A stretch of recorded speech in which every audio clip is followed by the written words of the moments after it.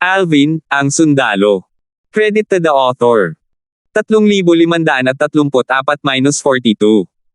Ang mga pangalan po na nandito ay galing sa mga name generator.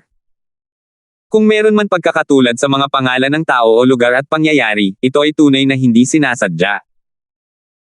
Bagamat marami ang nang-ahas na pumunta sa lupain ng mga patay, hindi sila masyadong maglalakbay papasok dito dahil natatakot silang makasalubong ang mga naninirahan dito. Ang dahilan kung bakit ang lupain ng mga patay ang pangatlong pinakamalalang lugar sa Devata Realms ay dahil sa mga naninirahan dito. Sa katunayan, kahit ang mga hari ng mga Diyos at Panginoon ng mga Diyos ay mahihirapang mabuhay kung makakasalubong nila ang mga makapangyarihang naninirahang iyon sa lupain ng mga patay. Maraming emperador ng mga Diyos doon, ngunit walang nakakaalam kung may mga kataas-taasang Diyos doon.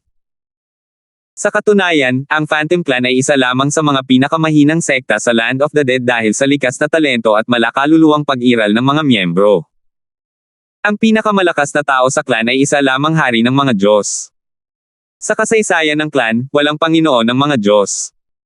Ang restriction ay hindi sila kailanman magiging mas malakas kaysa sa isang hari ng Diyos kung wala silang pisikal na katawan. Bukod dito, ang mga nakapagtaglay ng pisikal na katawan at naging Panginoon ng Diyos ay hindi na itinuturing na miyembro ng clan. Mayroong mahigpit na tuntunin sa angkan na ang sino mang may hawak ng tao, hayop, o anumang nabubuhay na bagay ay papatayin. Ang mga taong may ganitong sandata ay umiral dahil ang mga may hawak ng pisikal na katawan ay magkakaroon ng kakayahang lumakas sa pamamagitan ng paglamon sa kanilang mga kamag-anak. Matagal ng panahon ang nakalipas, isang insidente na tulad nito ang nangyari, na halos nalipol ang angkan. Kung hindi dahil sa Supreme Elder ng angkan na nagsakripisyo ng kanyang sarili sa pamamagitan ng paggamit ng lihim na sandata ng angkan upang patayin ang tusong kamag-anak, hindi sana nakaligtas ang angkan sa sakuna na iyon. Kaya naman, simula noong insidenteng iyon, naging napakahigpit nila pagdating sa pag-aari ng mga pisikal na katawan. Kung ang sino man sa mga kamag-anak ay mapatunayang may hawak ng pisikal na katawan, papatayin sila maliban kung makakatakas sila sa Land of the Dead. Kahit na ganoon, kailangan pa rin nilang mabuhay ng nakatakas. Dahil sa lahat ng mga kadahilanang ito, hindi na bumalik si dakilang Guru Mian sa Phantom Clan matapos angkinan ang katawan ni Ares. Alam na alam niyang hindi siya pababayaan ng angkan kung matuklasan nilang mayroon siyang pisikal na katawan. Gayunpaman, dahil sa kanyang pagkaapurahan at sa kanyang relasyon sa kanyang kapatid, na siyang pinuno ng angkan ng Phantom Clan, nagpa siya siyang sumugal at bumalik sa angkan. Sigurado siya, kahit papaano, na hindi ibubunyag ng kanyang kapatid ang kanyang sikreto sa angkan. Tutal, kung matuklasan ang kanyang sikreto, magkakaroon din ito ng negatibong epekto sa kanyang kapatid. Sa oras na iyon, hindi lamang mawawala ang kanyang kapatid sa kanyang posisyon bilang pinuno ng angkan, maaari pang ang mapatalsik o mapatay ang kanyang kapatid dahil sa bagay na ito. Bagamat mukhang mataas ang posisyon bilang pinuno ng angkan, ang taong may pinakamalaking autoridad ay ang kataas-taasang elder ng angkan, na siya ring sikretong sandata at pinakamalakas na makapangyarihang nilalang ng angkan. Pagdating ni dakilang Guru Mian malapit sa Phantom Clan, hindi siya nag-aksaya ng oras at nagpadala ng mensahe sa kanyang panganay na kapatid na si Eliot. Hindi kailangan ng mga miyembro ng Phantom Clan ng Soul Pearls para makipag-ugnayan kapag malapit sila. Sa pamamagitan ng mga vibrations ng kanilang mga kaluluwa, madali silang nakakapag-usap sa isa't isa. Ito ay medyo katulad ng mga signal ng radyo na ginagamit ng mga istasyon ng pagsasahimpapawid sa mundo kung saan nagmula si Alvin. Mian. Si Eliot, ang pinuno ng angkan ng Phantom Clan, ay nasa lupain ng angkan nang matanggap niya ang mensahe ng dakilang Panginoong Mian. Siya ay nasaan yung isang maitim na berdeng enerhiya na halos hugis tao. Sa oras na ito, ang enerhiya ay bahagyang umuga. Ito ay isang senyales ng pagkabalisa ng mga miyembro ng angkan. Saan ka ba nagpunta nitong mga nakaraang taon? Bakit hindi mo ako dinalaw sa estate? Nasa sabik na tanong ni Mian. Sa pamamagitan ng mensahe ni Great Master Mian, halos nahulaan niya ang lokasyon ni Great Master Mian. Ang pamamaraan ng pagpaparami ng Phantom Clan ay hindi katulad ng sa mga tao. Sina Great Master Mian at Eliot ay nagising ng sabay. Nangangahulugan ito na sila ay itinuturing na magkapatid. Medyo bibihira ito sa clan, kaya naman, may malasakit si Eliot sa kanyang kapatid. Nakatatandang kapatid, maaari ka bang lumabas at makipagkita sa akin? Matutuklasan agad ng kataas-taasang elder ang aking estado at papatayin ako sa sandaling makapasok ako sa lupain ng angkan, buntong hininga ni dakilang guro Mian. Ikaw. Mayroon ka bang pisikal na katawan? Tanong ni Elliot sa nanginginig na boses. Ang pagkakaroon ng pisikal na katawan ang pinakamalaking bawal sa angkan. Ang mga lumalabag ay papatayin ng walang tanong-tanong. Bilang pinuno ng angkan, tungkulin niyang patayin ang mga natuklasan niyang may pisikal na katawan. Gayunpaman, ang taong pinag-uusapan ngayon ay ang kanyang kapatid. Nanatiling tahimik ang dakilang guro Mian bilang tugon sa tanong ng kanyang kapatid. Sa isang kisap mata lamang, tila nawala na parang bula si Elliot. Hindi nagtagal at nakarating siya sa harap ni Great Master Mian. Nang makita niya si Great Master Mian, nanginig ang kanyang katawan ng hindi sinasadya. Maya-maya, galit niyang sinabi, "Anong ginawa mo? Hindi kita pinigilan noong gusto mong umalis sa angkan at sa lupain ng mga patay para makita ang mundo sa labas. Paano ka naging ganoon katanga para angkinan ang isang tao? Alam mo na ito ang pinakamalaking bawal sa angkan dahil bibigyan ka nito ng kakayahang lumunin ang aming mga kamag-anak at tanggapin ang mga batas na kanilang nauunawaan. Muntik nang malipol ang aming angkan noon dahil dito. Bakit ka bumalik? May gusto ka bang mamatay?" Lumuhad si dakilang guro Mian at sinabing may nagsisising ekspresyon sa kanyang mukha, "Alam kong mali ako. Gayunpaman, hindi ko ginawa iyon ng walang dahilan. Mawawala sana ang buhay ko kung hindi ko siya sinapian." Kapatid, nahaharap sa sitwasyon ng buhay o kamatayan, pipiliin mo ba ang kamatayan o lalabagin mo ang bawal ng ating angkan? Wala sa mga sinabi ni dakilang guro Mian ang totoo.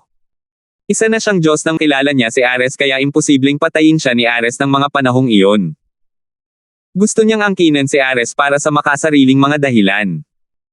Gayunpaman, alam niyang kailangan niyang magsinungaling sa kanyang kapatid upang makakuha ng simpatiya at higit sa lahat, upang matulungan siya ng kanyang kapatid. Nawala ang galit sa boses ni Elliot nang sabihin niya, "Kung ganoon nga, hindi ka na dapat bumalik. Umalis ka na. Masyadong mapanganib para sa iyo na nandito ka. Maghanap ka ng magpapadala sa akin ng mensahe, at magkikita tayo sa labas."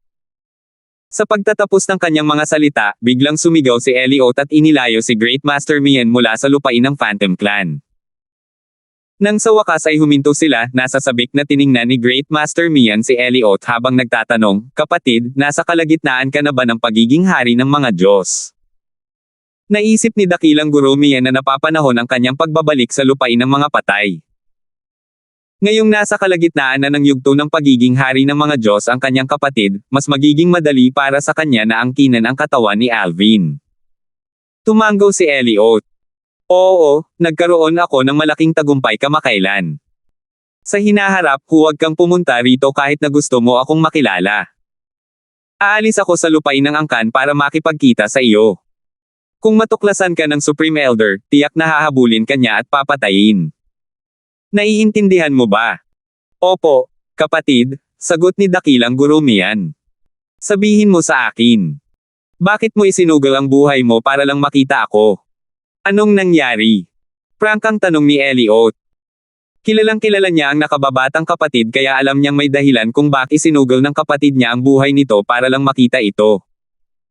Nahihiyang sabi ni Great Master Mian, "Kapatid, hindi ko lubos na maangkin ang katawang ito. Nakahanap ako ng mas angkop na katawan. Ang katawang iyon ay pagmamayari ng isang 10 Direction Celestial Emperor na wala pang 700 taong gulang. Bukod doon, nabuo at naunawaan na rin niya ang Space Sword daw at ang Space Mastery daw sa mga unang yugto. Kahanga-hanga rin ang kanyang pag-unawa sa batas ng kalawakan. 3,535. Mian, may pag-asa pa para sa iyo dahil hindi mo pa lubusang naangkin ang katawang ito. Kung isusuko mo ang katawang ito, babalik ang lahat sa dati nitong anyo."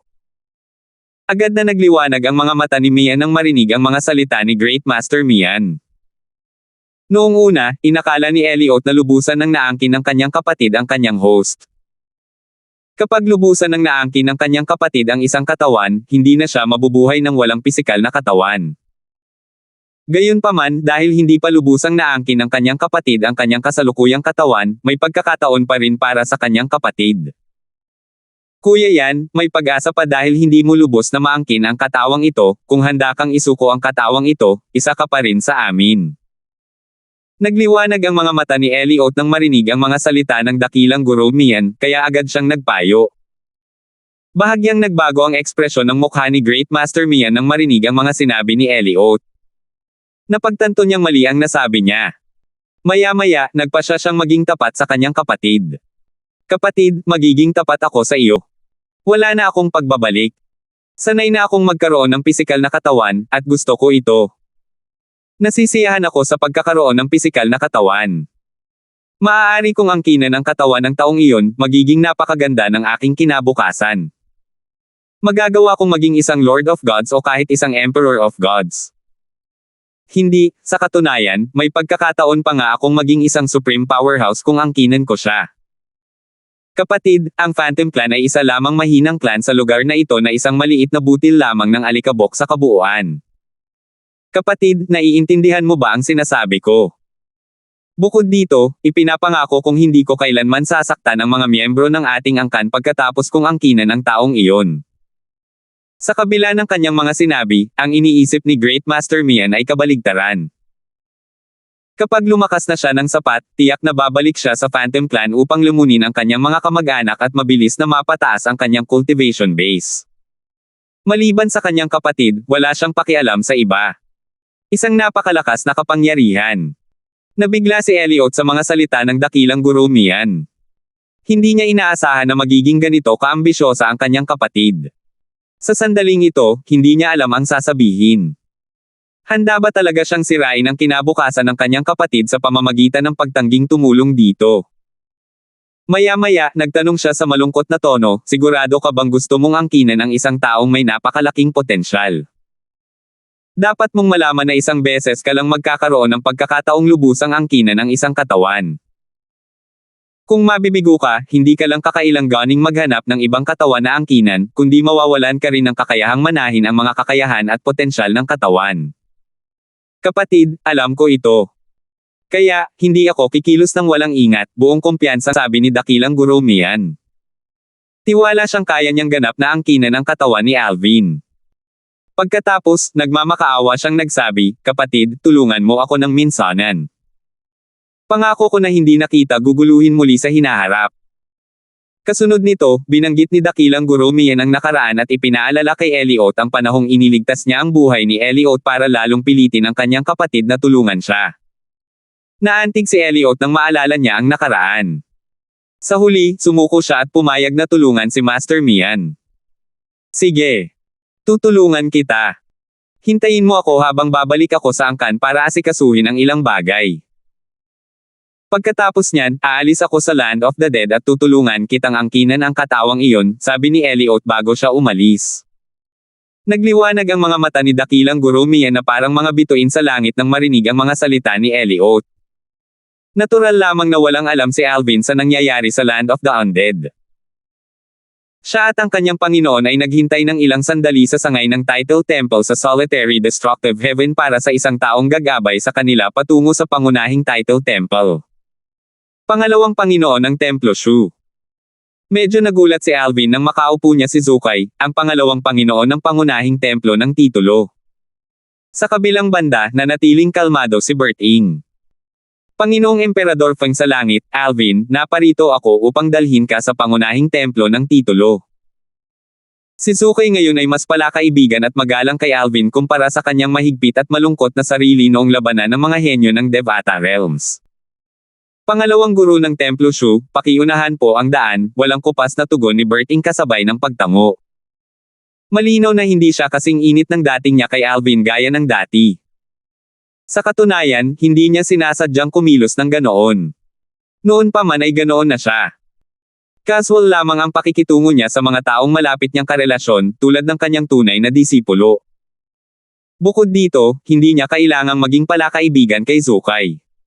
Sa katunayan, kahit na naroon ang guro ng templo, hindi pa rin siya mag-iiba ang kilos. Swoosh! Swoosh! Swoosh! Pinangunahan ni Zukay sina Alvin at Berting patungo sa pangunahing templo ng titulo sa pamamagitan ng transportasyong porsayon sa sangay ng templo ng titulo ng Solitary Destructive Heaven.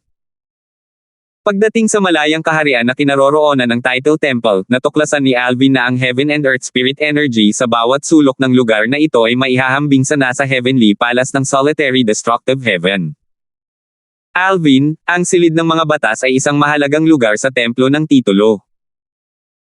May mga patakarang dapat sundin at mga prosesong dapat kumpletuhin bago ka payagang makapasok sa silid ng mga batas, sabi ni Zukay matapos huminto sa harap ng isang malaking palasyo. Sige. Tumango si Alvin. Hindi siya nagulat. Tutal, ang kamara ng mga batas ay isang mahalagang lugar. Natural lamang na may mga patakarang ipinapatupad. Pagkatapos, humarap si Zukay kay Feng at nagtanong, Panginoong Emperador Feng sa langit, sasama ka ba sa amin o dapat ba akong maghanda ng lugar para makapagpahinga ka?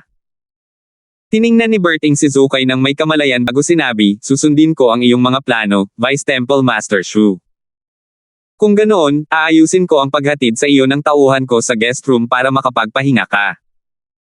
Bahagyang ngumiti si Zukay na parang hindi niya namamalayan ang malay na tingin ni Berting.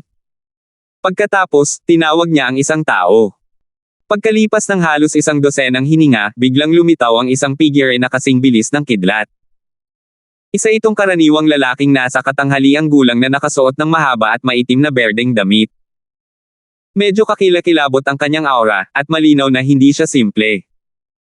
Elder Joe, ito ang emperador ng langit ng nag-iisang mapangwasak na langit. Hayaan siyang pumili mula sa ating pinakamagandang patio para magpahinga, sabi ni Zukay sa lalaking nasa katanghaliang gulang. Opo, Vice Temple Master. Magalang na tugon ng lalaking nakaberde at nasa katanghaliang gulang na si Elder Joe bago tumingin kay Berting at sinabing, Panginoong Emperador Flair, sumunod po kayo sa akin. Tumango si Berting at umalis kasama ang lalaking nakaberde at nasa katanghaliang gulang habang sinundan ni Alvin si Zukay upang kumpletuhin ang mga proseso ng pagpasok sa silid ng mga batas. Kahit wala si Berting sa tabi niya, kalmado si Alvin. Dahil nasa Title Temple din si Berting, hindi na sila maglalakas loob na kumilos ng pabaya. Kahit ang Title Temple ay hindi naman mangangahas na sumugal sa galit ng isang Diyos. Bagamat wala rito ang pisikal na katawan ni Berting, alam ni Alvin na madali siyang paprotektahan ni Berting. Maaaring hindi alam ng Title Temple, ngunit alam niyang malapit ng maging hari ng mga Diyos ang kanyang Panginoon. Pagkatapos makumplito ang proseso, nagtanong si Zukay, Alvin, plano mo bang manatili kasama ang iyong Panginoon ng ilang araw o gusto mo bang pumasok sa silid ng mga batas ngayon? Papasok na ako, determinadong sagot ni Alvin. Mas maaga siyang pumasok, mas maaga siyang matatapos. Tumango si Zukay. Bilang nagwagi sa labanan ng mga henyo, pinapayagan kang manatili sa silid ng batas ng pinakamatagal. Bukod doon, pinapayagan kang pumasok sa 2 silid ng batas. Mayroon kaming 5 silid ng mga batas elemental. Dahil nalaman ito ni Alvin kamakailan lamang, hindi na siya nagulat. Aling 2 silid ng batas ang gusto mong pasukin? Tanong ni Zukay. Matigas na sumagot si Alvin, ang mga silid ng batas ng apoy at ng batas ng lupa. Naunawaan ni Alvin ang batas ng apoy at ang batas ng lupa kaya mas madali para sa kanya na maunawaan ang mga ito. Bukod dito, dahil mahusay din si Berting sa batas ng lupa, hindi rin siya maaaring matuto mula kay Berting. 3,536. Bago pa man naunawaan ni Alvin ang batas ng kalawakan, dalubhasa na siya sa batas ng apoy. Kaya naman, hindi nakakagulat na pinili niya ang batas ng apoy. Dahil limitado ang kanyang panahon sa silid ng mga batas, tanging ang tiwala lamang niya ay makakabisado niya ang lahat ng lalim ng batas ng apoy at ng batas ng lupa. Kung mayroon siyang mas maraming oras, susubukan niyang pagsamahin ang lalim ng mga batas.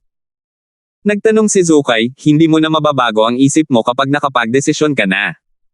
Sigurado ka na ba sa mga desisyon mo? Oo. Tumango si Alvin. Nakapagdesisyon na siya noon pa. Matapos kumpirmahin ang mga pinili ni Alvin, dinala ni Zukay si Alvin sa kamara ng mga batas. Hindi lamang mahigpit na binabantayan ng iba't ibang porma sayon ang silid ng mga batas, kundi malalim din itong nakatago dahil sa mga itinatagong porma sayon. Hindi man lang ito mahahanap gamit ang banal na kamalayan. Ang silid ng mga batas ay nahahati sa 5 silid ayon sa 5 elemento. Sa kasalukuyan, ang silid na naglalaman ng batas ng mundo ay inookupahan ng isa sa ating mga disipulo. Bakit hindi ka muna pumasok sa silid na naglalaman ng batas ng apoy? Tanong ni Zukay pagkatapos niyang dalhin si Alvin sa isang malaki at mataas na plataporma na natatakpan ng mahiwaga at masalimuot na mga ukit. Mukhang masisira ang isang tao kung susuriin niya ito gamit ang kanyang banal na kamalayan. 5 silid ang nakatayo sa plataporma ng bulwagan na nakaharap sa 5 magkakaibang direksyon. Kaya ito ang silid ng mga batas na nilikha ng kataas-taasang makapangyarihang nagtatag ng Title Temple. Naaalala ko na sinabi ni Sister Water na tanging ang mga kataas-taasang makapangyarihang. Simple lang ang hitsura ng silid ng mga batas ng Title Temple. Hindi ito katulad ng silid na naglalaman ng batas ng oras na nasa isang palasyo sa impyerno ng Ozure. Nasa sa iyo kung paano mo planong gugulin ang 3 buwan na ibinigay sa iyo. Kung pipiliin mong gugulin ang lahat ng 3 buwan sa isang silid, hindi ka makakapasok sa kabilang silid, paalala ni Zukay kay Alvin. Tumango si Alvin. Kung mayroon kang kailangan, hanapin mo lang ang 2 matanda. Tiyak na tutulungan ka nila hanggat kaya nila, patuloy ni Zukay. Ang 2 nakatatandang binanggit ni Zukay ang namamahala sa pagbabantay sa silid ng mga batas. Ang isa sa kanila ay nakasuot ng mahabang abuhing damit, at ang isa naman ay nakasuot ng mahabang kayumangging damit. Parehong seryoso ang kanilang mga ekspresyon. Sige. Tumango ulit si Alvin. Maaari ka nang pumasok. Aalis na ako dahil may aasikasuhin pa ako. Babalik ako ulit pagkatapos ng 3 buwan, sabi ni Zukay. Pagkatapos umalis ni Zukay at ang 2 matanda na lang ang natira, pumasok si Alvin sa silid na kinaroroonan ng batas ng apoy. Mukhang hindi ko maisasagawa ang plano ko. Naisip ni Alvin sa sarili nang maramdaman niyang parang may nagmamasid sa kanya pagpasok niya sa silid. Noong una, plano niyang ipatawag ang Chaos Divine Flame para tingnan kung kaya nitong nakawin ang kalaliman mula sa batas ng apoy sa silid at dalhin ang mga ito sa kanyang maliit na mundo. Kinumpirma ng World Cleansing Divine Water na posible itong gawin. Gayunpaman, mabilis niyang binaliwala ang ideyang ito nang maramdaman niyang may nagmamasid sa kanya. Bukod doon, plano rin niya noong una na palihim na ipasok ang mga kaibigan ng kanyang pamilya sa silid ng mga batas. Gayunpaman, mabilis niyang iwinaksi ang ideya nang maisip niya ang panganib na nagkukubli sa templo ng titulo. Sa huli, tanging sina Nympha at Tanya na nasa saradong cultivation pa rin ang natira sa kanyang maliit na mundo. Ang iba ay nasa langit na ngayon ng nag-iisang mapangwasak na langit kaya medyo panatag na sila. Dapat akong umasa sa aking sarili upang maunawaan ang batas ng apoy. Bukod doon, dapat kong lubos na maunawaan ang batas ng apoy at ang batas ng lupa sa loob ng 3 buwan, naisip ni Alvin sa kanyang sarili bago siya nagsimulang magtuon sa pag-unawa sa batas ng apoy. Dahil naranasan niya ang silid na naglalaman ng batas ng oras, naging maayos ang lahat. Sa kabilang banda, pagkaalis ni Zukay sa kamara ng mga batas, nakipagkita siya sa Temple Master ng Title Temple.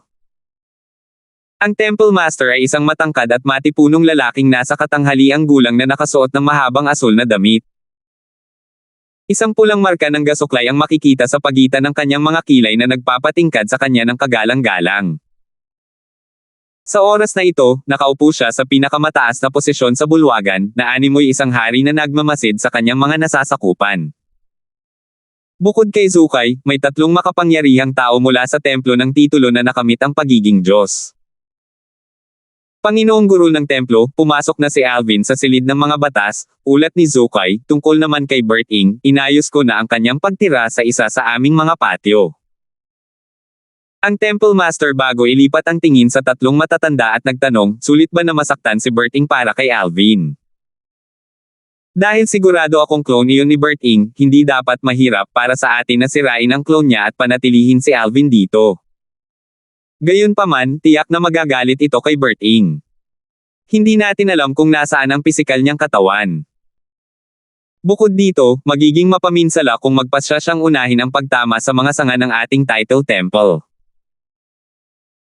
Isa sa 3 matandang lalaki ang humakbang paarap at sinabi sa mahinang boses, Temple Master, si Alvin ay wala pa sa 700 taong gulang, ngunit nabuo at naunawaan na niya ang Space Sword daw at ang Space Sword daw sa mga unang yugto. Ang kanyang pag-unawa sa batas ng kalawakan ay mahusay din. Bukod pa riyan, may mga bulong-bulungan na siya ay kasing lakas ng isang nangungunang 8-star God of War ngayon. Tiyak na mayroon siyang ilang mga sekretong pamamaraan o kayamanan na nagpapahintulot sa kanya na makamit ang lahat ng mga bagay na ito, kabilang ang pagbuo at pag-unawa sa apat na daw ng langit at lupa. Nagpatuloy ang matanda sa pagsasabing, kung kaya nating angkinan ang anumang mayroon siya, maaari nating mapangalagaan ang mga batang disipulo na kasing husay niya. Bukod dito, matagal na tayong naghahanap ng isang taong nakabuo at nakaunawa sa apat na daos ng langit at lupa. Kahit na kailangan nating magbayad ng malaking halaga, kailangan nating makuha si Alvin. Bukod dito, kamakailan lamang nakamit ni Berting ang pagiging Diyos. Kailangan pa bang matakot sa isang binata? Hahanapin at papatayin ko ang kanyang pisikal na katawan kung maglalakas loob siyang atakihin ang ating mga sanga. Ang matandang lalaking nagsalita ay isang kataas-taasang elder ng templo ng titulo. Bagamat hindi siya kasing lakas ng Temple Master, isa pa rin siyang Diyos na mas malakas kaysa kay Zukay. Nabuhay siya ng mahigit 60,000 taon kumpara kay Berting na mahigit 10,000 taong gulang lamang. Kaya naman, si Berting ay tunay ngang isang batang lalaki kung ikukumpara. Sumagot ang isa pang kataas-taasang makapangyarihan, tama. Paano natin hahayaang ang isang mahinang Diyos na tulad niya ay magdulot ng pinsala sa ating mga sanga? Bukod dito, maaari tayong magpadala ng mga Diyos na mas malakas para harapin siya. Kung walang makakahawak sa kanya, ako mismo ang papatay sa kanya kung maglalakas loob siyang gumawa ng kahit ano sa templo ng titulo. Matapos makinig sa dalawang kataas-taasang matatanda, tiningnan ng Temple Master si Zukay at ang natitirang matandang lalaki, na isa ring Vice Temple Master at isang Diyos sa kalagitnaan ng entablado. Ano sa palagay mo? Gusto ko munang marinig ang iyong opinyon. Mas marami ka nang naging interaksyon kay Berting kaysa sa akin. Mahina ang boses na sinabi ni Zukay, naiintindihan ko ang nararamdaman ng Temple Master at ng mga kataas-taasang elder. Pero sa palagay ko ay hindi si Berting ang kasing simple ng iniisip natin. Sa palagay ko ay hindi lang siya kasing lakas ng isang bagong Diyos. Sa katunayan, may pakiramdam ako na hindi ko matatalo ang kanyang clone. Bago sumagot ang Temple Master, sumingit ang isa sa mga Supreme Elder, pangalawang Temple Master Shu, nagkakamali ka siguro. Kaka-rating lang niya sa pagiging Diyos kamakailan. Paano siya magiging kasing lakas ng isang bagong Diyos kung kakagaling lang niya sa pagiging Diyos ilang daang taon na ang nakalilipas? Isang biro. 3,537. Sabi ng isa sa mga kataas-taasang matatanda, sa tingin ko dapat natin itong harapin ng may katiyakan. Ayaw nating maulit ang kasaysayan, hindi ba? Nang marinig ang mga salitang ito, lahat, kasama na si Zukay, ay natahimik. Bagamat ang kasaysayan ng Title Temple ay nauna pa sa Devata Realms, wala sa mga miyembro nito mula sa henerasyong ito, kabilang ang kasalukuyang Temple Master, ang maaaring bumuo o makaintindi ng alinman sa apat na daos ng langit at lupa. Noong nakaraan, hindi ito ang kaso, kaya naman, marami sa mga matataas na opisyal mula sa pangunahing Title Temple ang hindi maiwasang makaramdam ng pagkabalisa at pagkabagot. Bagamat naitala ng kanilang mga nauna ang kanilang mga pananaw sa apat na daos ng langit at lupa sa mga scroll, nahihirapan ang kasalukuyang henerasyon na maunawaan ang mga ito. Bilang resulta, wala nang sino man sa Title Temple ngayon ang nakakabuo at nakakabisado ng alinman sa apat na daos ng langit at lupa. Dahil dito, nadama nila na wala silang pagpipilian kundi ang piliting pigilan ang mga tagalabas upang matutunan ang mga sekreto ng pagbuo at pag-unawa sa apat na daos ng langit at lupa. Sa katunayan, noong nakaraan, noong si Berting, ang emperador ng langit ng nag-iisang mapangwasak na langit, ay sumisikat pa at ipinakita ang kanyang mapangwasak na sword daw, isa sa apat na daw ng langit at lupa, ipinadala ng templo ng titulo ang Panginoon ni Sydney, isang makapangyarihang tao mula sa templo ng titulo na naninirahan sa liblib na lugar, upang subukan ang lakas ni Berting. Noong panahong iyon, matapos talunin si Berting, napagpasyahan ng Panginoon ni Sydney na si Berting nga ay nabuo at naunawaan ang mapangwasak na sword daw sa paunang yugto. Bukod pa rito, napagpasyahan din ng Panginoon ni Sydney na si Berting ay patuloy na uunlad ng malaki sa mga susunod na panahon. Dahil dito, nagpasya ang templo ng titulo na maghintay hanggang sa mas malalim na maunawaan ni Berting ang mapangwasak na sword daw bago nila siya mahuli.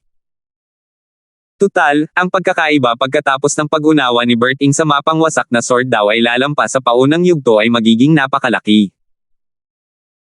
Hindi nag-alala ang Title Temple na hindi nila mahuli si Berting sa oras na iyon dahil alam nilang matatpuan si Berting sa Heavenly Palace ng Solitary Destructive Heaven. Sa huli, nagpasya silang maghintay hanggang sa malapit ng maging Diyos si Berting bago nila ito mahuli.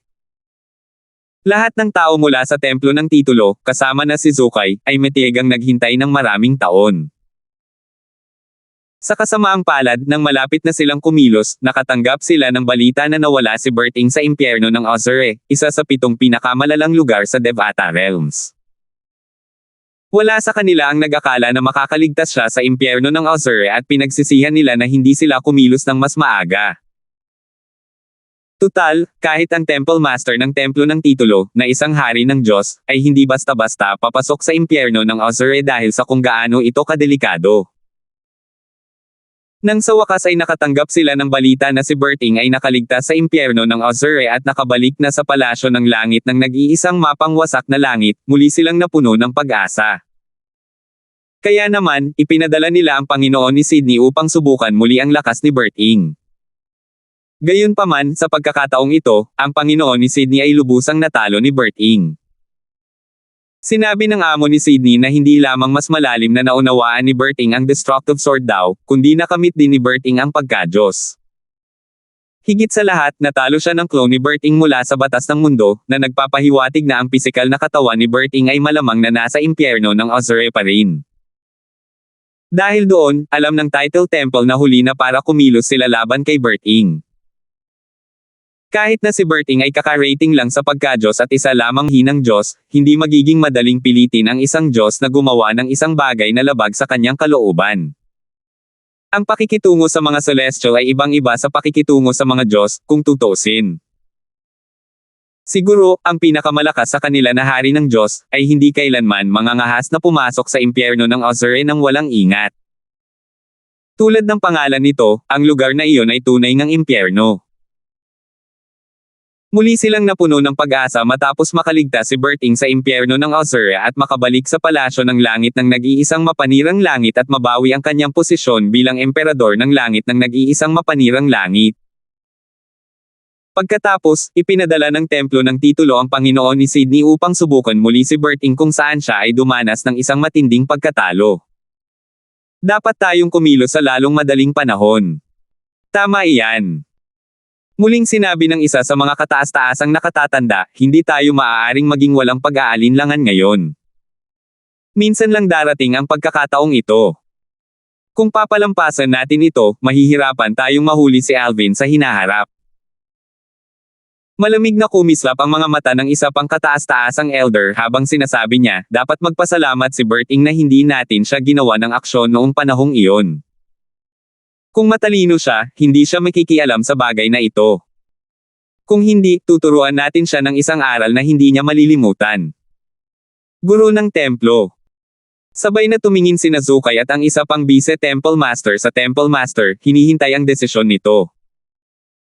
Kasabay nito, sinabi ng isa pang kataas-taasang elder ng Title Temple, hindi na tayo maaaring mag-atubiling pa.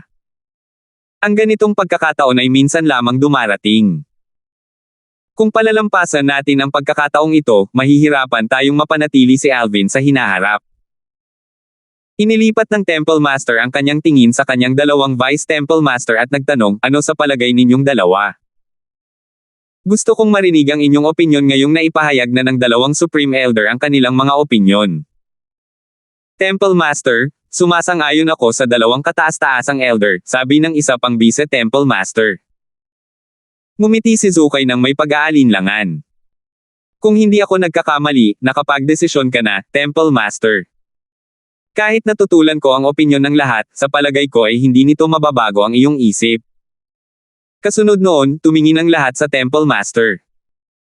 Dakpin si Alvin, walang tonong sabi ng Temple Master, gagawin namin ang mungkahi ng mga kataas-taasang Elder. Bakit dapat matakot ang Title Temple kay Berting? Ilang daang taon pa lang ang nakalipas mula nang makamit niya ang pagiging Diyos. Tulad ng sinabi ng mga kataas-taasang elder, kung maglalakas loob siyang makialam, tuturuan namin siya ng leksyon. Kailan tayo dapat kumilos? Tanong ni Zukay. Matapos ang panahon ni Alvin sa Kamara ng mga Batas, sabi ng Title Temple Master. Sandali siyang tumigil bago nagpatuloy sa pagsasalita, marahil, magkakaroon siya ng kaalaman sa Kamara ng mga Batas at mapalalim ang kanyang pag-unawa sa apat na daos ng langit at lupa. Kung ganoon nga, makikinabang lamang tayo rito. Nagliwanag ang mga mata ng isa pang Vice Temple Master nang mapang-akit niyang sabihin, matalino si Lord Temple Master. Natural lamang na walang kaalam-alam sina Alvin at Berting na nakapagdesisyon na ang Title Temple na gumawa ng hakbang laban kay Alvin. Matapos gumugol ng isang buwan sa silid na naglalaman ng batas ng apoy, nakapasok na si Alvin sa silid na naglalaman ng batas ng lupa at doon niya ginugol ang kanyang natitirang oras. Lumipas ang oras sa isang kisap mata lamang. Tapos na ang oras. Sa oras na ito, nakarinig si Alvin ng isang boses bago siya itinulak palabas ng silid ng isang malakas na puwersa. Kalmado at walang ekspresyon si Alvin matapos siyang palayasin sa silid. Sa loob-loob niya, medyo nasiyahan siya sa mga resulta matapos ang 3 buwang pananatili sa silid ng mga batas. Hindi lamang niya naunawaan ang lahat ng lalim ng batas ng apoy at ng batas ng lupa, kundi naunawaan din niya ang mga ito hanggang sa antas ng kahusayan. Dahil dito, naunawaan na niya ngayon ang batas ng kalawakan, ang batas ng oras, ang batas ng apoy, at ang batas ng lupa hanggang sa antas ng kahusayan. Mga matatanda, tulungan ninyo akong kontakin si Vice Temple Master Shu. Panahon na para umalis ako kasama ang aking Panginoon, sabi ni Alvin sa 2 matandang nagbabantay sa silid ng mga batas. Tumango ang 2 matanda. Sabi ng isa sa mga matatanda, nagpadala na ako ng mensahe kay Vice Temple Master Shu para sa iyo. Maghintay ka muna. Sige. Tumango si Alvin. Pagkatapos, nagpadala siya ng mensahe kay Berting. Guro, umalis na ako sa silid ng mga batas. Maaari na tayong umalis pagkatapos akong ihatid sa iyo ni Vice Temple Master Shu. Sige, hihintayin kita kung ganoon, tugon ni Berting, naging maayos ba ang lahat? Oo, nakangiting tugon ni Alvin, naunawaan ko na ang lahat ng lalim mula sa batas ng apoy at ng lupa hanggang sa antas ng kahusayan. Susubukan kong pagsamahin ang mga lalim na ito tulad ng batas ng oras. Natural na natuwa si Berting nang marinig niya ang sagot ni Alvin. Napakahusay, maaari kitang bigyan ng kaunting kaalaman tungkol sa batas ng mundo. Gayunpaman, kailangan mong umasa sa iyong sarili upang tunay na pagsamahin ang mga ito. Opo, Panginoon, sagot ni Alvin. Sa oras na ito, isang figure ang biglang lumitaw sa harap ni Alvin sa bilis ng liwanag. Guro, kakausapin kita mamaya. Nandito na si Vice Temple Master Shu. Nakangiting tanong ni Zukay, Alvin, gusto mo bang manatili pa sa templo ng titulo ng kaunti pa para patuloy na maunawaan ang batas ng apoy at ang batas ng lupa, o plano mo bang umalis ka agad? Salamat sa iyong mabuting intensyon, Vice Temple Master Shu, ngunit plano kong umalis sa sandaling makilala ko ang aking Panginoon, sagot ni Alvin. Tumango si Zukay. Dadalhin kita sa iyong Panginoon kung gayon. Sa sandaling ito, medyo panatag ang loob ni Alvin. Tila hindi siya mabibihag ng Title Temple. Sa kasamaang palad, nang magkita ang guro at ang disipulo, biglang umihip ang malakas na hangin sa kanilang paligid. Swoosh! Kasabay nito, lumipad pataas sa kalangitan si Zukay. Pagkatapos, 4 na figure ang biglang lumitaw sa tabi niya. 3 matandang lalaki at isang lalaking nasa katanghaliang gulang. 4 na tao ang nakatayo sa magkaibang direksyon habang ang ika-5 tao ay nasa itaas ng iba. Dahil dito, tuluyan nilang hinaranggan ang lahat ng ruta ng pagtakas nina Berting at Alvin. 3,538. Nagulat si Alvin sa pananambang ito. Hindi niya inaasahan na si Zukay, isa sa mga Vice Temple Master ng pangunahing Title Temple, ay gagawa ng hakbang sa sandaling makilala niya ang kanyang amo. Sa oras na ito, ang 5 tao mula sa Title Temple ay tumingin ng may lamig sa guro at disipulo. Base sa kilos ng 5 tao, nahalata ni Alvin na determinado silang ikulong siya. Inisip niya kung saan nila nakuha ang kumpiyansa na kalabanan ng lantaran ng kanyang Panginoon. Madilim ang ekspresyon ni Alvin at pakiramdam niya ay lumubog ang kanyang puso. Ang Title Temple ay dapat na lubusang handa at may kumpiyansa para sa kanila na gumawa ng ganoong hakbang. Malinaw na hindi sila natatakot sa mga kahihinatnan ng pagkakasala sa kanyang Panginoon. Eliot. Nanatiling kalmado si Berting, hindi tulad ni Alvin. Tiningnan niya ang lalaking nasa katanghaliang gulang na nakalutang sa ere kaysa sa iba. Si Eliot ang kasalukuyang Temple Master ng pangunahing Title Temple. Ngumisi ang isa sa mga matandang lalaking nakalutang sa ere. Berting, sa tingin mo ba ay karapat-dapat ang isang simpleng emperador sa langit na katulad mo na tawagin ang ating Panginoong Temple Master sa kanyang pangalan? Lumipat ang tingin ni Alvin kay Eliot. Si Eliot ay nakasuot ng mahabang asul na damit. Siya ay matangkad at matipuno, at isang marka ng gasuklay ang makikita sa pagitan ng kanyang mga kilay. Ang kanyang tuwid na mga kilay ay nagbigay sa kanya ng marangal na anyo. Sa oras na ito, mataimtim niyang tinatitigan sina Berting at Alvin. Berting. Tumingin si Eliot kay Berting at walang pakialam na sinabi, gusto ng Title Temple ang iyong tunay na disipulo. Mas makabubuti kung kalimutan mo na ang iyong disipulo. Kung handa kang tumabi, hindi ka mapipigilan ng Title Temple na mapanatili ang iyong posisyon bilang Heavenly Palace ng Solitary Destructive Heaven kahit na isa ka ng Diyos ngayon. Ako, si Eliot, ay nangangako sa iyo. Hindi nagpaligoy-ligoy si Eliot at direktang sinabing gusto niya si Alvin at sinabi pa niyang babayaran niya si Berting basta't mangako si Berting na hindi makikialam sa bagay na ito. Ngumiti si Alvin nang may pangungutya. Tila malaki ang halaga niya sa Title Temple. Bukod doon, batay sa mga salita ni Eliot, alam niyang hindi alam ng Title Temple ang tunay na lakas ng kanyang amo. Kung hindi, hindi sana nag-alok si Eliot ng ganoon sa kanyang amo. Tutal, may kakayahan ang kanyang amo na panatilihin ang kanyang posisyon bilang Heavenly Emperor ng Solitary Destructive Heaven kahit pa pumayag ang Title Temple o hindi. Hindi tumugon si Berting sa mga sinabi ni Eliot. Sa halip, nagtanong siya, napag-isipan na ba ito ng Title Temple? Berting, tumigil ka na sa pagpapanggap. Sigaw ng isa sa mga kataas-taasang elder ng Title Temple. Kakarating mo lang sa pagiging Diyos kamakailan lang. Sa pinakamarami, isa kang intermediate God.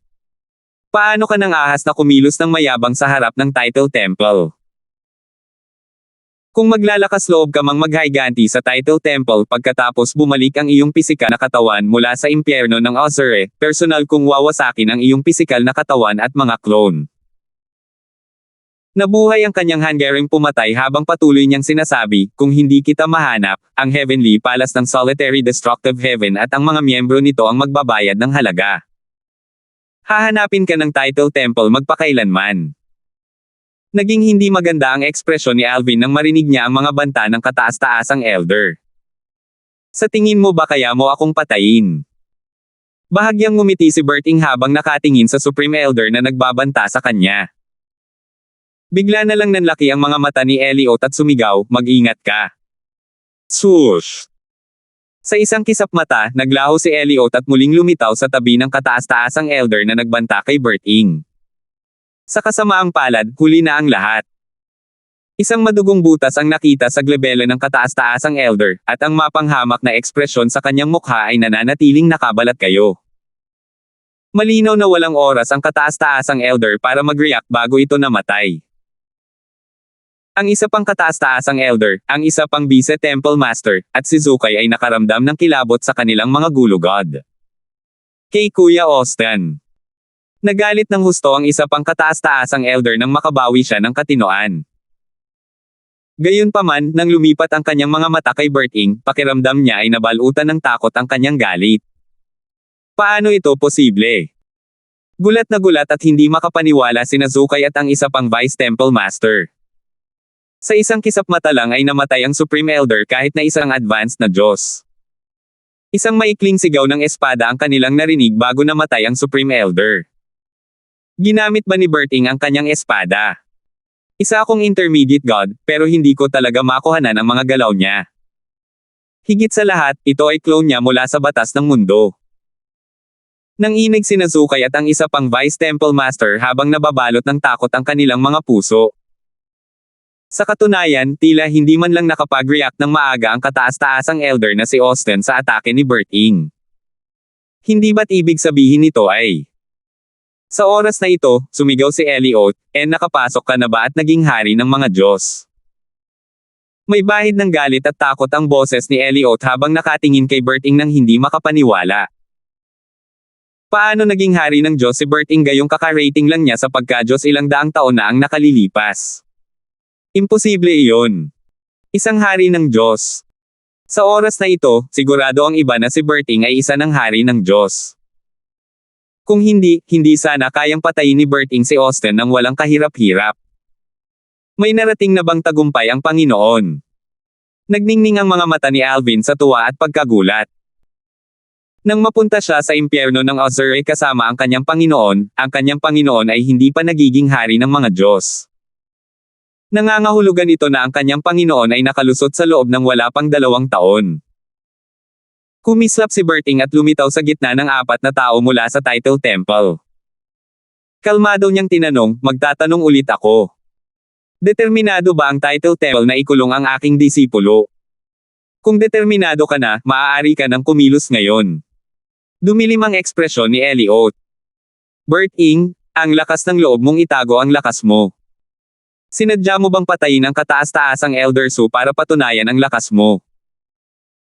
Mula nang ibunyag ni Berting na siya na ngayon ay isang hari ng Diyos, alam ni Elliot at ng iba pa na wala na silang pag-asa na makulong si Alvin. Nakalulungkot na si Austin, isa sa kanilang kataas-taasang mga nakatatanda, ay namatay ng walang kabuluhan. Bagamat kayang paginahin ni Elliot ang guarding formation ng Title Temple, alam niyang hindi ito sapat para patayin si Berting. Tutal, ang formation ay maaari lamang pumatay ng isang ordinaryong Diyos. Ang formation na pinapagana ng maraming banal na kristal ay walang God ang malakas, ngunit dahil wala sila sa realms of gods, dahil sa mababang heaven and earth energy, hindi kayang patayin ng formation ang karamihan sa mga Diyos.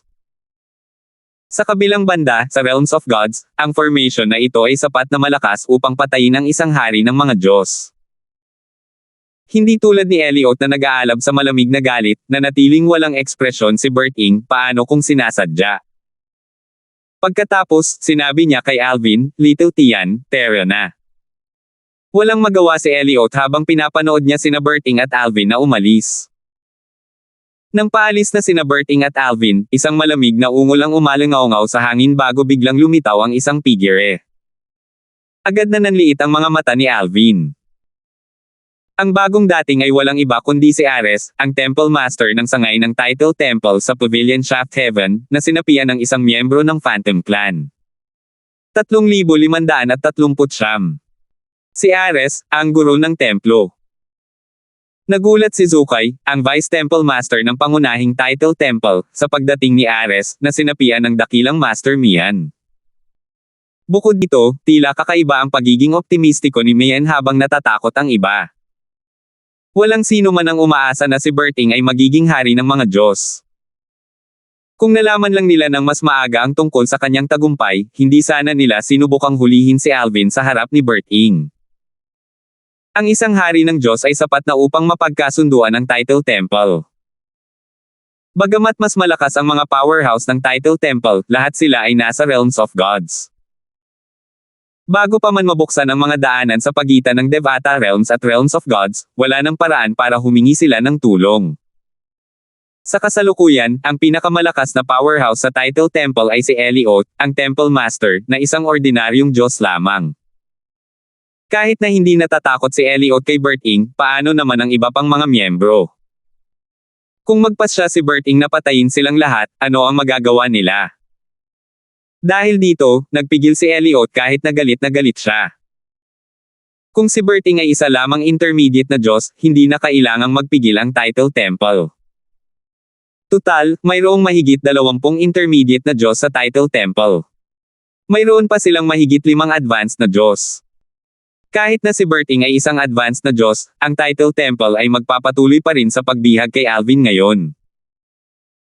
Sa kasamaang palad, si Berting ay isang hari ng mga Diyos at madaling napatay ang kanilang Supreme Elder na isang advanced na hari ng Diyos. Ares. Sumulyap si Elliot kay Great Master Mian bago sinabi sa akin ni Vice Temple Master Shu na tutulong ka.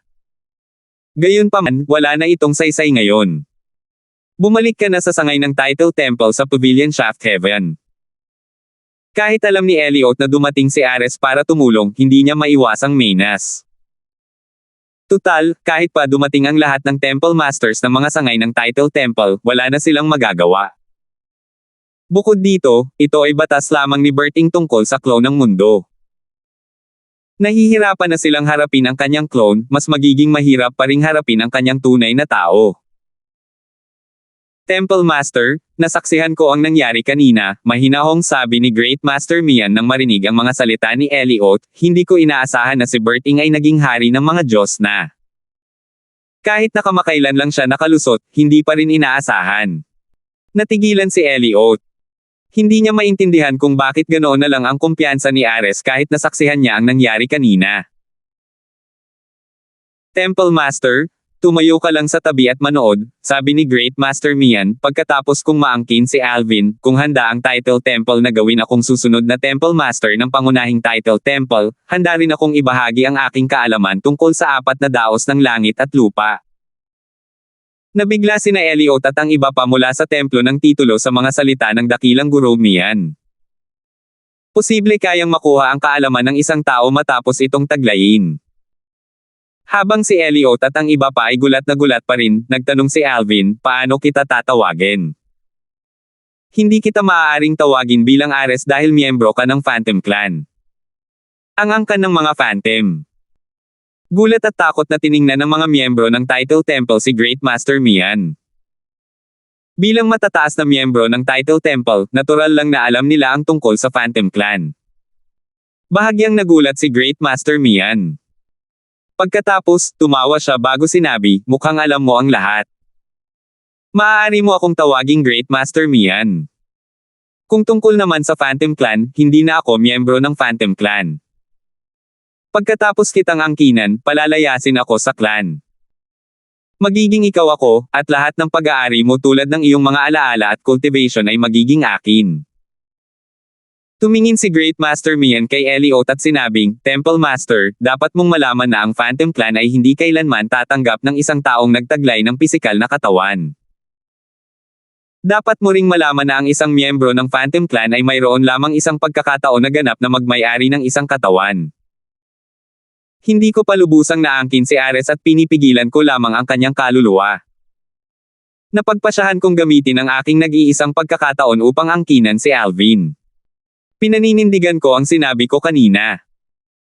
Kailangan ko ang proteksyon ng Title Temple dahil hahabulin ako ng Phantom Clan kapag natuklasan nila ang bagay na ito. Ayos lang kung hindi ako maging Temple Master. Hanggat pumapayag kang protektahan ako, ibabahagi ko ang aking kaalaman tungkol sa 4 na daos ng langit at lupa sa Title Temple pagkatapos kong angkinan si Alvin. Naantig si Elliot sa mga salita ng dakilang guro Mian. Alam niya ang tungkol sa Phantom Clan, isang maliit na puwersa sa Land of the Dead, isa sa 7 pinakamalalang lugar sa Devata Realms. Alam niyang ang mga miyembro ng Phantom Clan ay walang anyong pisikal at minsan lamang maaaring magtaglay ng pisikal na katawan sa kanilang buhay.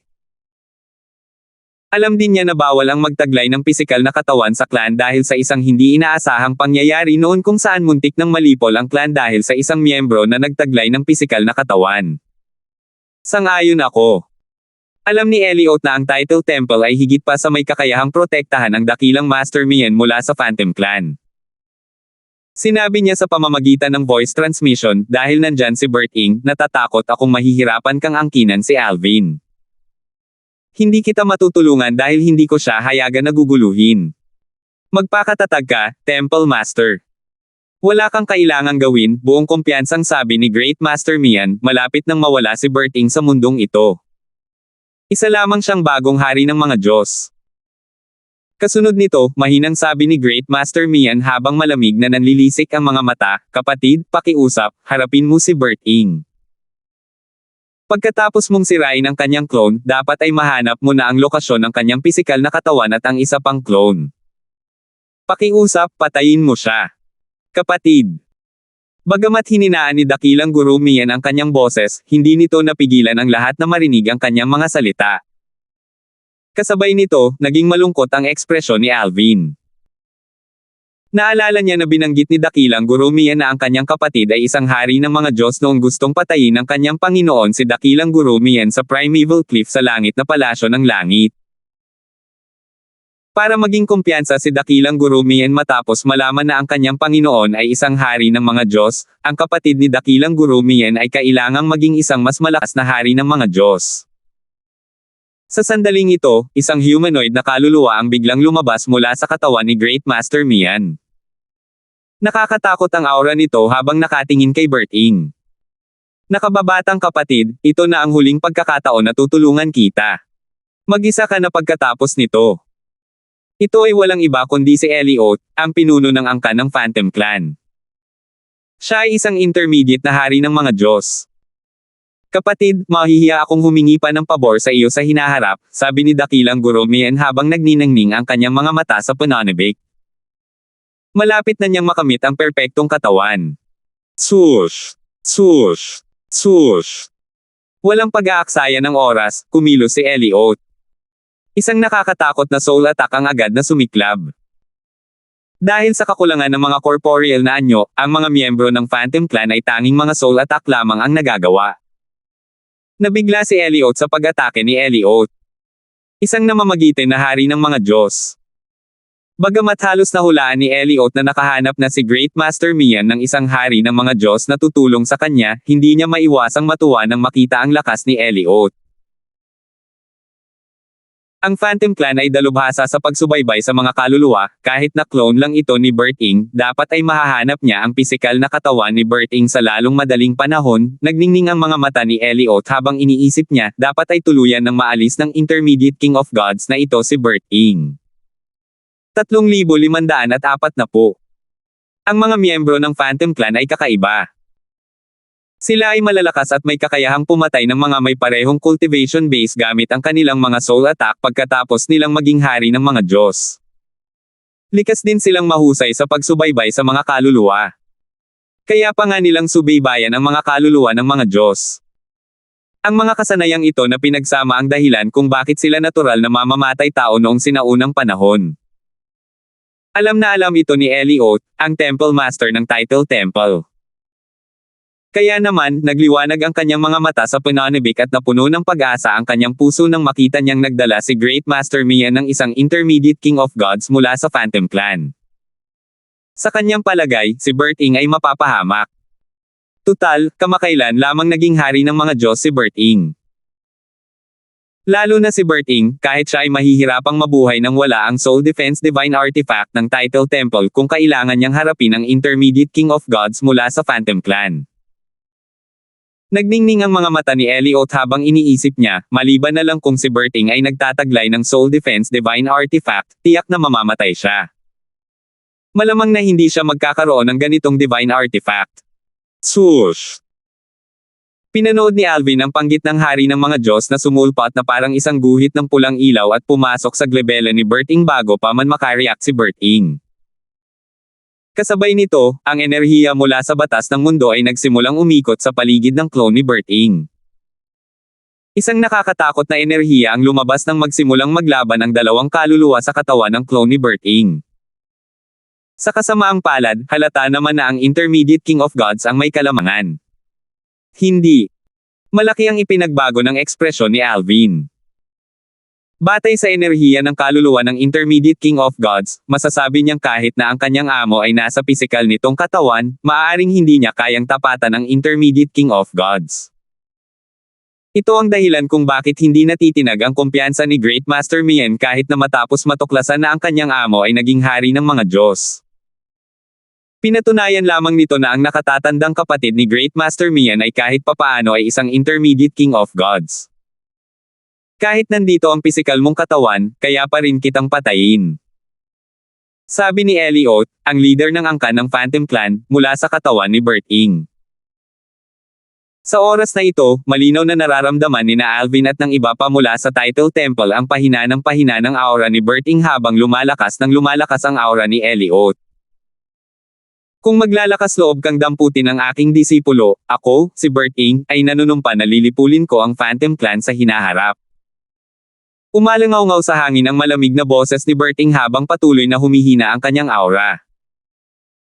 Naniniwala akong magiging sapat ang lakas mo para magawa iyon sa hinaharap, sabi ni Elliot, tutal, napakarami mo nang nakamit sa loob ng 10,000 taon. Hindi ako nagdududa na malaki ang tsansa mong maging Panginoon ng mga Diyos o kahit Emperador ng mga Diyos sa hinaharap, ngunit nakalulungkot na hindi ka mabubuhay ng sapat na matagal para magawa iyon. Pagkatapos mong sirain ang clone mo rito, hahabulin kita at papatayin. Little Alvin, tumakbo ka. Sabi ni Bert Ing bago biglang sumabog ang kanyang clone. Isang nakakatakot na alon ng banal na enerhiya na may halong batas ng mundo ang dumaloy at tumama sa lahat. Putok, putok, putok. Ang kataas-taasang elder, si Zukai, at ang isa pang vice temple master ay dumura ng dugo habang sila ay pinalipad pabalik sa kalangitan. Hindi pinansin ni Elliot ang kanyang mga nasasakupan at dali-daling kumilos upang protektahan ang dakilang guro Mian. Salamat, Temple Master, sabi ni Great Master Mian sa pamamagitan ng voice transmission. Inaasahan niya na pasabugan ni Bert Ing ang kanyang clone para mabigyan ng pagkakataon si Alvin na makatakas kaya sinabi niya kay Elliot ang tungkol sa kanyang haka-haka at hiniling ang proteksyon ni Elliot kanina. Bagamat ang batas ng lupa ay hindi kasing lakas ng batas ng pagkawasak, si Bert Ing ay isa pa ring hari ng mga Diyos.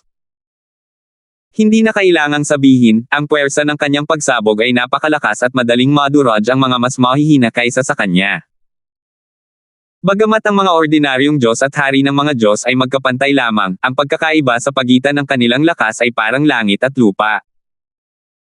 Kaya naman, natural lamang na ang puwersa mula sa pagsabog ng clone ni Bert Ing ay malubhang nakasakit sa kataas-taasang elder, na isang maunlad na Diyos, at malubhang nakasakit sa iba, na mas mahina pa. Nang makabawi sila sa kanilang paninindigan, napuno ng takot ang kanilang mga mata habang nakatingin sila sa pinangyarihan ng pagsabog. Isang clone lamang ay napakalakas. Naiisip lamang nila kung gaano kalakas si Bert Ing. Nang sumabog ang clone ni Bert Ing, mabilis na nag-teleport palayo si Alvin. Nawasak na ang clone ng Master mula sa batas ng mundo. Ito ang magiging dahilan para magdusa ang kanyang pisikal na katawan mula sa negatibong reaksyon. Mangangailangan ito ng oras at pagsisikap upang lumikha ng isa pang clone mula sa batas ng mundo, naisip ni Alvin sa kanyang sarili. Bagamat wala na sa anumang malubhang panganib ang kanyang master ngayon, galit pa rin siya sa miyembro ng Phantom Clan. Bigla na lang, natuklasan ni Alvin na tumigil na sa paggana ang kanyang teleportation profundity. Kasabay nito, naramdaman niya ang isang nakakatakot na enerhiya na bumubulwak sa kanyang paligid. Isang Formesion. Naging hindi maganda ang ekspresyon ni Alvin. Dati, ang Title Temple ay hindi nang ahas na kumilos ng padalos-dalos matapos matuklasan na si Bert Ing ay naging hari ng mga Diyos. Matapos lumitaw ang dakilang Mian kasama ang kanyang nakatatandang kapatid, na isang intermediate na hari ng mga Diyos, at pilitin si Bert Ing na pasabugan ang kanyang clone, natural na lalong naging matapang ang Title Temple. Bukod dito, inanunsyo pa ng kapatid ni dakilang Master Mian na hahabulin at papatayin niya si Bert Ing. Sinaliksik ni Alvin ang Phantom Clan matapos ang labanan ng mga henyo ng Devata Realms. Alam niyang mahalagang makilala ang kanyang mga kalaban. Bukod dito, alam niyang imposibleng protektahan siya ng kanyang Panginoon sa lahat ng oras. Hindi nang ahas na kumilos si Elliot kanina dahil natatakot siya sa paghihiganti mula sa aking Panginoon. Tutal, wala na rito ang pisikal na katawan ng Panginoon at ang kopya mula sa batas ng pagkawasak. Gayunpaman, tila hindi na siya natatakot dahil ang Intermediate King of Gods mula sa Phantom Clan ay nanumpa na tutugisin at papatayin ang aking Panginoon. Tiyak na tiwala si Elliot na hindi mabubuhay ang aking Panginoon kung gagawin niya ito ng lantaran ngayon. Sari-saring kaisipan ang tumatakbo sa isipan ni Alvin sa sandaling ito. Kasabay nito, sinubukan niyang basagin ang formation na pumipigil sa kanya ng buong lakas ngunit natuklasan niyang nawalan siya ng saysay. Walang silbi. Lumitaw si Elliot at sumulyap kay Alvin. Ang formation sa Title Temple ay may kakayahang pigilan ang mga hindi Diyos. Imposibleng masira mo ang formation na ito kung hindi ka isang Diyos. Lumitaw ang dakilang Gurumian sa tabi ni Elliot at sakam na tiningnan si Alvin na parang nakatingin sa isang pambihirang kayamanan. Alvin, akin ka na sa wakas. Swoosh! Sa sandaling ito, isang alon ng enerhiya na may dalawang nagliliyab na mga mata ang lumitaw sa tabi ng dakilang Gurumian at pinag-aralan si Alvin. Kapatid, ito ba ang perpektong katawan na hinahanap mo? Tama. Tuwang-tuwa na tumango si Great Master Mian. Kapatid, salamat sa tulong mo. Tiyak na babayaran ko ang kabaitan mo sa hinaharap. Hindi mo na kailangang magpasalamat sa akin. Magkapatid naman tayo, sabi ni Elliot, gayunpaman, dapat kang magtago muna pagkatapos mo siyang maangkin. Natatakot ako na baka pumunta si Berting sa Phantom Clan at ibunyag ang bagay na ito sa mga matatanda bago ko pa siya mapigilan. Tutal, hindi naman lingid sa kaalaman ng lahat na mahigpit na ipinagbabawal ng Phantom Clan sa mga miyembro nito ang pagkakaroon ng pisikal na katawan. Huwag kang mag-alala, kapatid, walang pakundangang sabi ni Great Master Mian, nakipagkasundo na ako sa Temple Master na si Elliot. Pagkatapos kong angkinan si Alvin, ibabahagi ko ang kaalaman tungkol sa 4 na daos ng langit at lupa sa Title Temple kapalit ng proteksyon. Ang mga Supreme Elder ng ating angkan ay hindi maglalakas loob na kumilos ng pabaya hanggat nananatili ako sa Title Temple. Labis ang tiwala ng dakilang Gurumian sa kanyang bagong tuklas na proteksyon. 3,541. Sige, mukhang maingat kang nagplano, tumango si Jeremias habang sinasabi kay Great Master Mian, panahon na para angkinin mo ang katawan niya. Kung mas maaga mo itong gagawin, mas maaga mong makukuha ang lahat ng mayroon siya. Tumango si dakilang Gurumian bago lumingon kay Alvin ng may nagniningning na mga mata. Lumingon din sina Elliot at Jeremias kay Alvin. Tiningnan nila si Alvin nang may katiyakan na mamamatay si Alvin ngayon. Sa pagkakataong ito, sumulyap si Alvin sa 3 nasa harap niya at walang pakialam na sinabi, mayroon akong impormasyon tungkol sa 5 banal na elemento.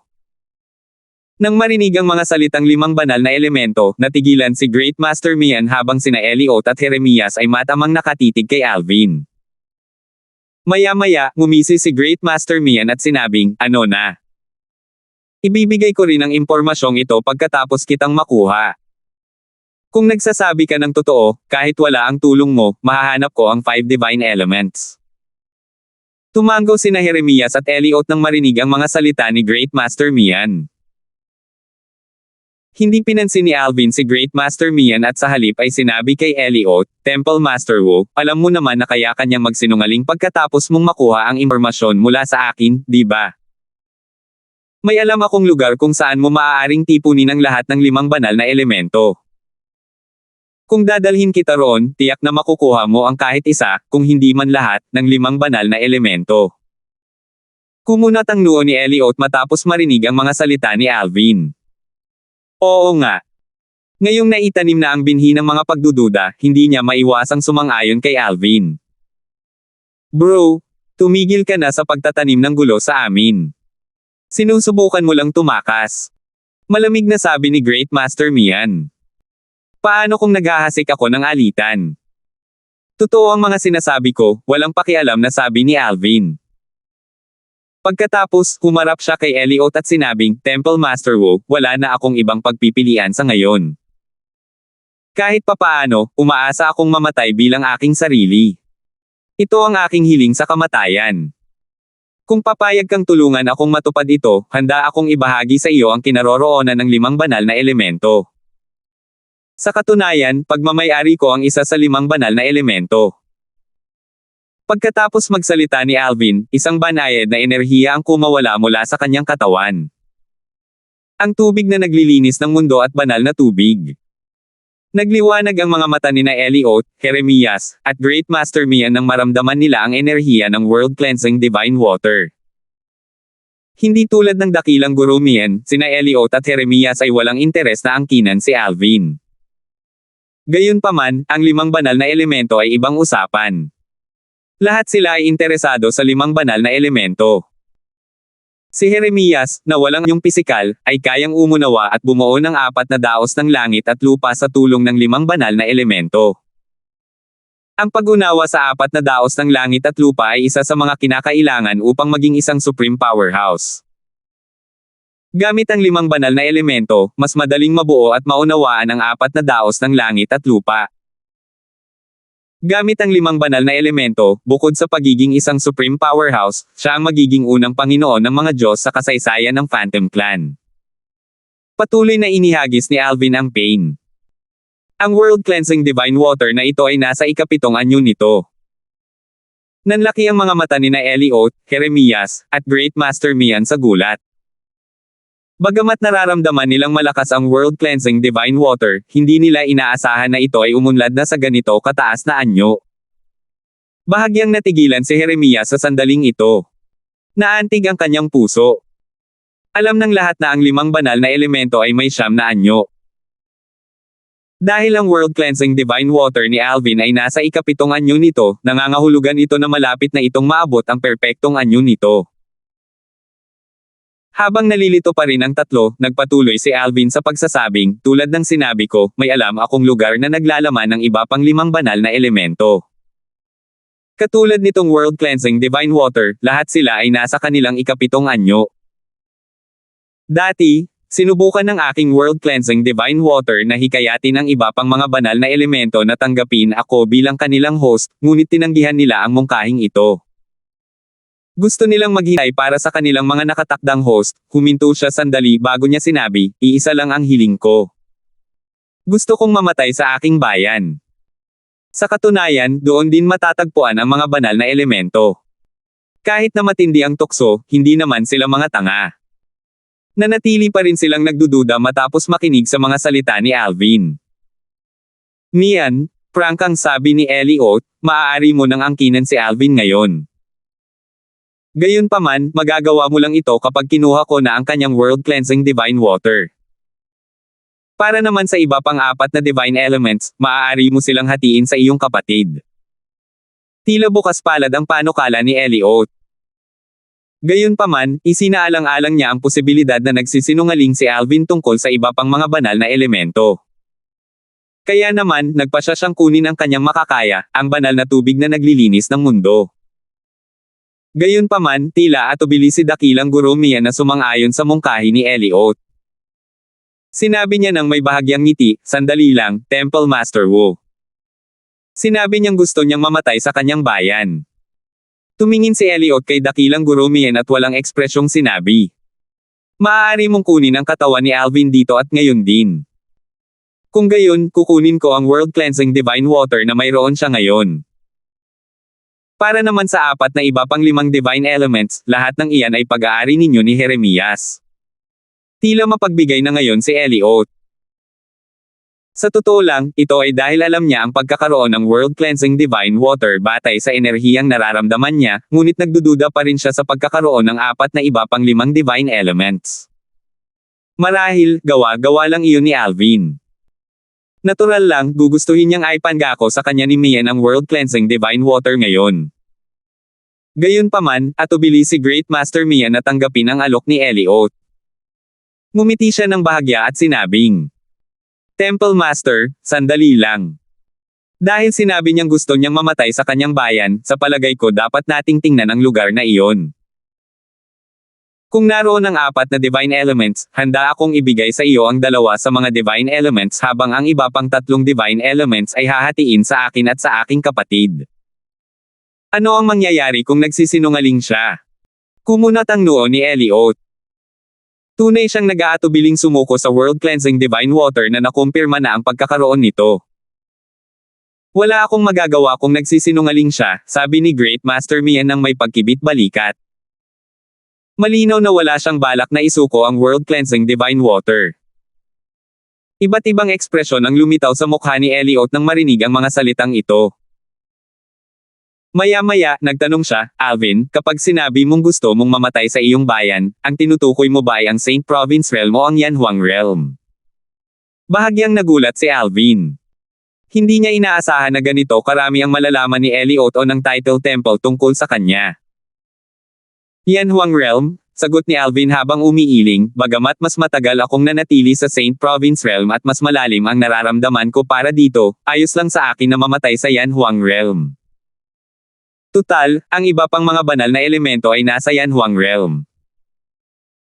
Gayunpaman, natural na hindi ako tatanggi kung magpasya kang hayaan akong mamatay sa Saint Province Realm pagkatapos mong makuha ang mga banal na elemento. Base sa mga sinabi ni Alvin, tila ba tinanggap na niya ang kanyang kamatayan. Matamanong tinitigan ni Elliot si Alvin, kung nagsasabi ka ng totoo, walang masama kung hahayaan mong angkinan ka ni Mian sa Saint Province Realm. Sa huli, nagpasya si Elliot na pigilan ang dakilang guro Mian sa pag-angkin kay Alvin ngayon. Tutal, ang tukso ng 5 banal na elemento ay napakatindi. Kahit si Jeremias ay hindi nagmamadali na angkinan ni dakilang guro Mian si Alvin o tugisin si Berting matapos malaman ang tungkol sa 5 banal na elemento. Sa katunayan, nagpasya siyang sundan sina dakilang guro Mian at Elliot patungo sa kaharian ng Yan Huang. Pagkatapos umalis sa pangunahing title temple, naglakbay muna sila patungo sa solitary destructive heaven bago sila umalis patungong Yan Huang Realm. Sumunod sina Elliot at dakilang guro Mian kay Alvin habang si Jeremias ay nakatayo sa pinakalikod. Nasaan ang 4 pang banal na elemento? Nasa unahan. Malapit na tayo. Pinangunahan ni Alvin ang 3 sa buong sansinukob sa Yan Huang Realm. Iniabot niya ang kanyang banal na kamalayan at naghanap sa paligid. Pagkatapos ng 5 araw, sa wakas ay pinangunahan ni Alvin ang 3 sa isang tigang na planeta na puno ng mga kalat at durog na bato. Swoosh! Pagkatapos lumapag, agad na nagbago ang ekspresyon ng mukha ni na Elliot at Great Master Mian. Dahil isa lamang kaluluwa si Jeremias, walang makikitang ekspresyon sa kanyang mukha. Gayunpaman, ramdam na ramdam ang kanyang pananabik. Nandito na talaga ang 4 banal na elemento. Ramdam ko ang Chaos Divine Flame, ang Profound Divine Metal, ang Clear Heavens Divine Wood, at ang Chaos Divine Earth. Halos hindi mapigilan ni Elliot ang kanyang pananabik. Tutal, 2 sa 5 divine elements ay magiging kanya. Samantala, matapos matuklasan na nagsasabi ng totoo si Alvin, may bahid ng panghihinayang ang makikita sa kanyang mukha. Kung alam lang niya na nagsasabi ng totoo si Alvin, hindi sana siya nangako ng bukas palad na bibigyan si Elliot ng 2 sa 5 banal na elemento. Sa sandaling ito, nasa sabik na sinabi ni Jeremias, gusto ko ang Clear Heavens Divine Wood. Sige. Tumango si Elliot. Para sa akin, gusto ko ang Profound Divine Metal at ang Chaos Divine Flame. Hindi natuwa ang dakilang guro Mian nang direktang sabihin ni Elliot na gusto niya ang 2 nakakasakit na banal na elemento. Sinabi niya, maaari mong makuha ang Chaos Divine Flame, ngunit kailangan ko ang Profound Divine Metal. Dahil dito, malinaw na plano ni Great Master Mian na panatilihin ang World Cleansing Divine Water at ang Profound Divine Metal para sa kanyang sarili at tanging ang Chaos Divine Flames at Chaos Divine Earth lamang ang ibibigay kay Elliot. 3,542.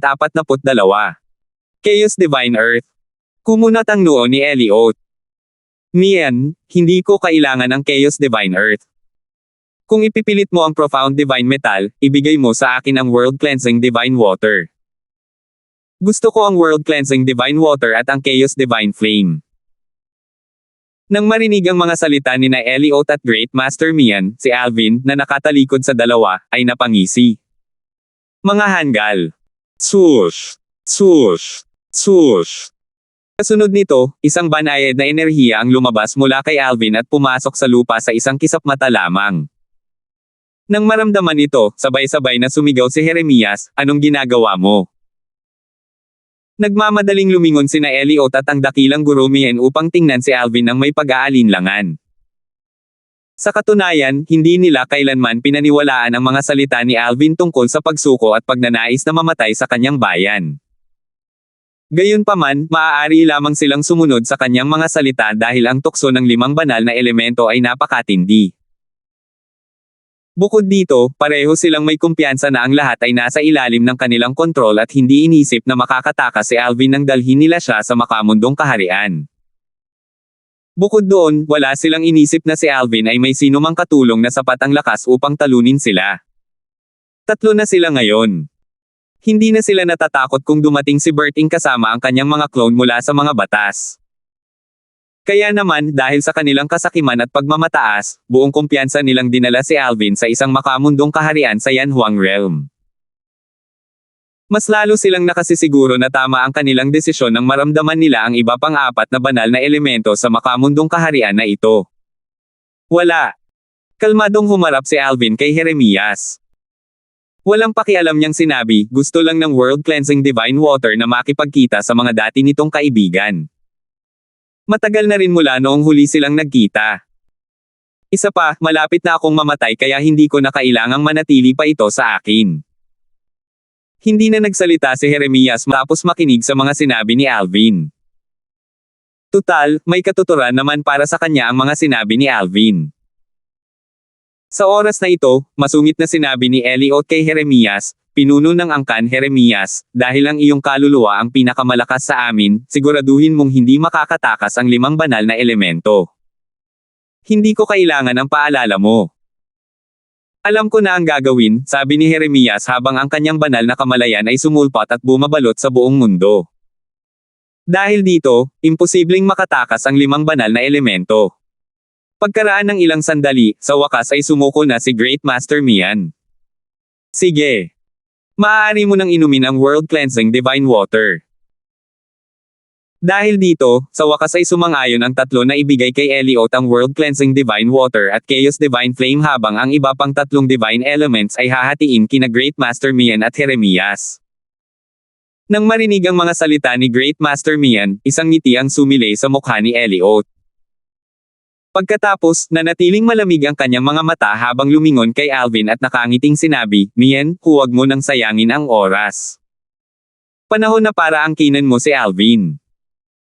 Tutal, natupad na natin ang kanyang hiling sa pamamagitan ng pagpapahintulot sa kanya na mamatay sa Yanhuang Realm. Alvin, ngumisi si Great Master Mian. Salamat sa 5 banal na elemento at sa iyong katawan. Kung mapipili mo, piliin mong maging aso sa susunod mong buhay. Kung magkikita tayong muli, tiyak na tretuhin kita ng maayos, tumawa siya ng may pagkabaliw pagkatapos niyang magsalita.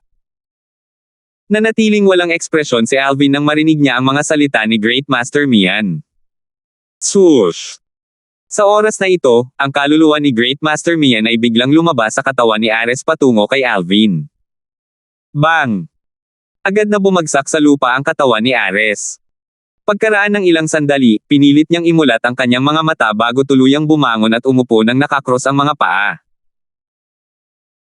Tiningnan niya si Alvin na may mga matang nagniningning sa pakikiramay habang bumubuntong hininga at bumulong, Amataba, nabawi ko lang ang kontrol sa aking katawan dahil sa sakripisyo ng benefactor Duan.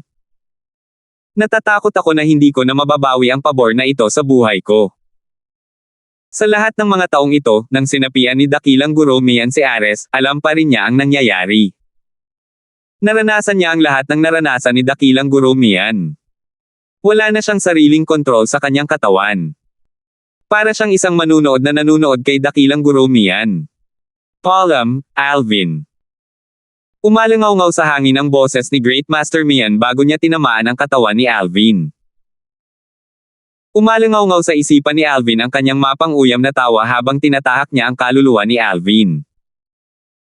Kasunod nito, naramdaman ni Alvin ang puwersa ng isang banal na kaluluwa na papalapit sa kanyang kaluluwa.